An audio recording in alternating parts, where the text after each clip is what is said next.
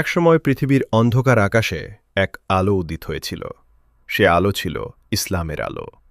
আমাদের শেষ নবী মুহাম্মদের মাধ্যমে মানবজাতি পেয়েছিল সত্য, ন্যায় ও করুণার পথ।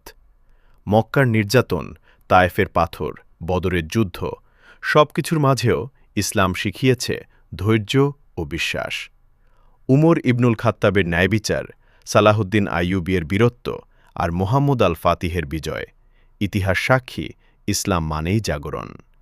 কিন্তু আজ আমরা কোথায় দাঁড়িয়ে? আমাদের হাতে আছে কুরআন, কিন্তু কি আছে সেই ঈমানের দৃঢ়তা? আমাদের মুখে আছে শাহাদা, কিন্তু কি আছে সেই আমল? আজকের বিশ্বে ইসলাম শুধু নাম নয়, এটি একটি দায়িত্ব। নৈতিকতা, মানবতা, সততা এসবই ইসলামের প্রকৃত পরিচয়। যদি আমরা নিজের জীবন বদলাই, তবে সমাজ বদলাবে, আর সমাজ বদলালে পুনরায় জেগে উঠবে সেই সোনালী যুগ। মনে রেখো, ইতিহাস গড়েছিল সাধারণ মানুষ, যাদের ঈমান ছিল অসাধারণ। চলুন আবার কুরআনের দিকে ফিরি, আবার সুন্নাহকে জীবনে আনি, আবার প্রমাণ করি ইসলামী শান্তি, ইসলামী মুক্তি।